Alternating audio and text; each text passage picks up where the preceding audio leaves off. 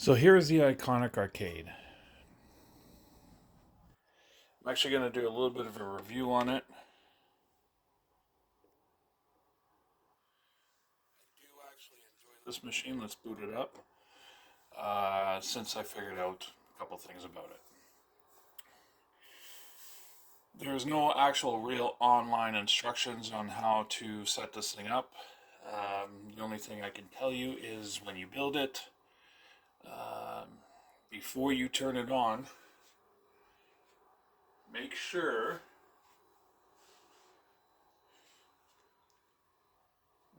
Oh, hold on. Make sure that you have this plugged into the USB first. And when I first ran it, I had Batocera on it, and I was really unimpressed with the Batocera, I just gotta say. Um, so I had a bunch of games on there, like 60 or so games on there that are just downloaded off of the downloader itself. Download contents right there, right? And only two of those games were worth playing. Only two games that I actually liked. And then along comes the update. So I download the update, and those two games that I liked are now unplayable. Can't play them, won't even fire up. So I was like, great. Now that I did the update, I have to reformat to bring back my old games that I actually did like.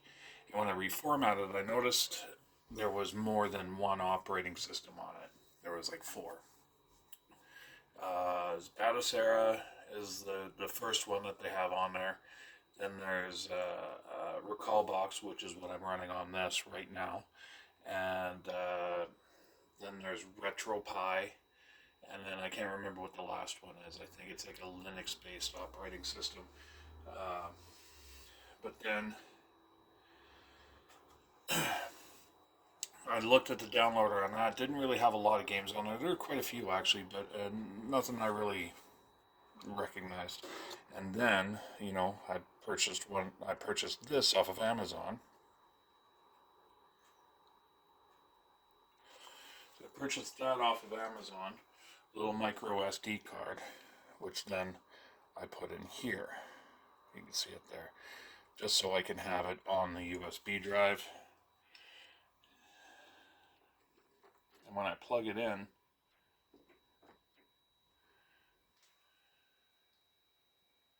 that pops up.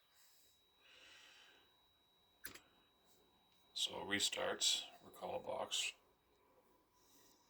restarts, and it'll probably do it a second time.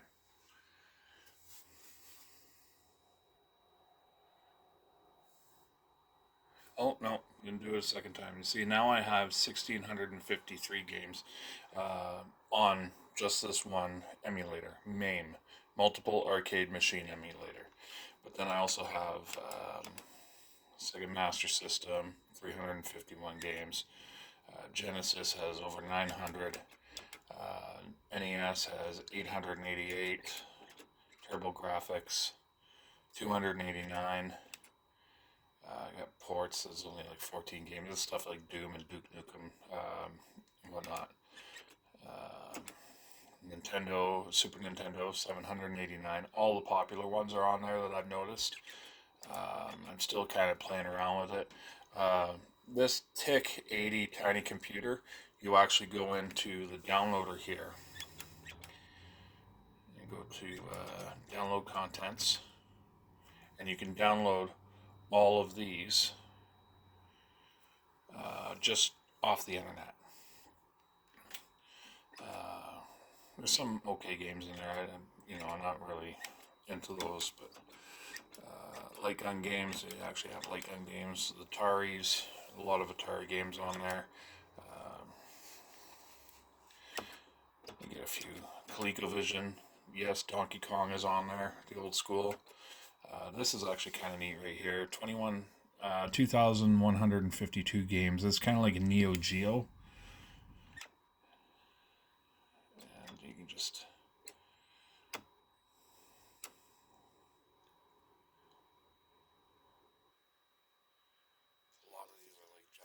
these games. You get Afterburner. Turn the sound on a little bit. A lot of old school games, a lot of retro stuff on here.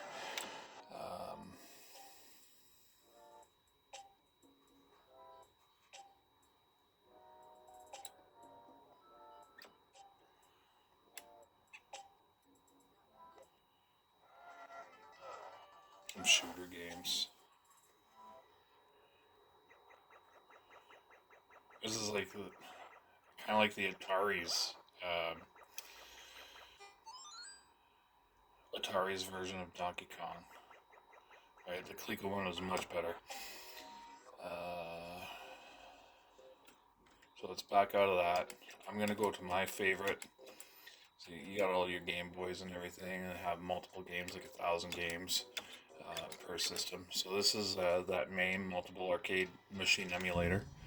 It's my favorite. Has a lot of decent games in there.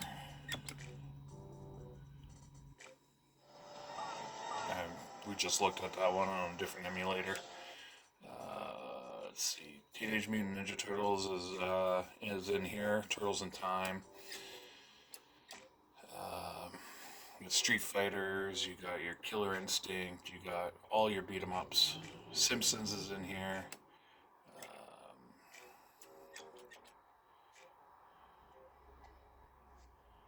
I don't know. I've never seen that before.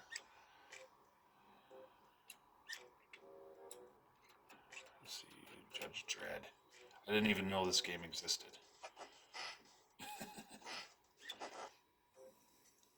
Jurassic Park.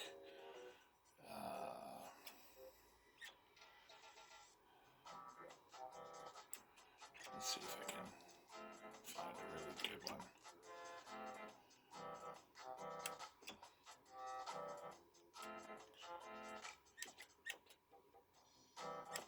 Here we go. Marvel vs. Capcom.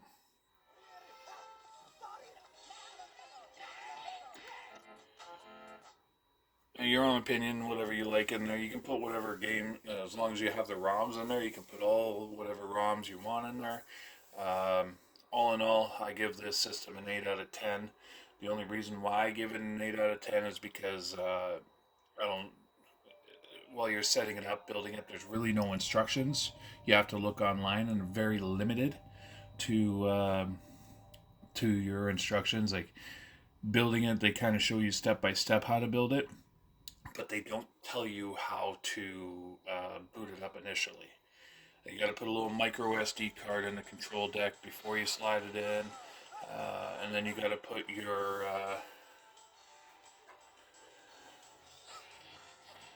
boot up in, and then you have to turn it on, and that's where you select your operating system. I'm not a fan of the Batocera initially, like the first operating system that shows up as soon as you fire up the game. I like this one because it's so much easier to put in your games. I also have for the consoles, I also have a USB Super Nintendo classic controller, which works well for all the consoles. Plugs right into the USB. You can do your Bluetooth controllers will hook up to this. I had my PS3 controller hooked up and it worked. Not very well, but it did work. You have to map out all the buttons. I have my PS5 controller hooked up to this. Again,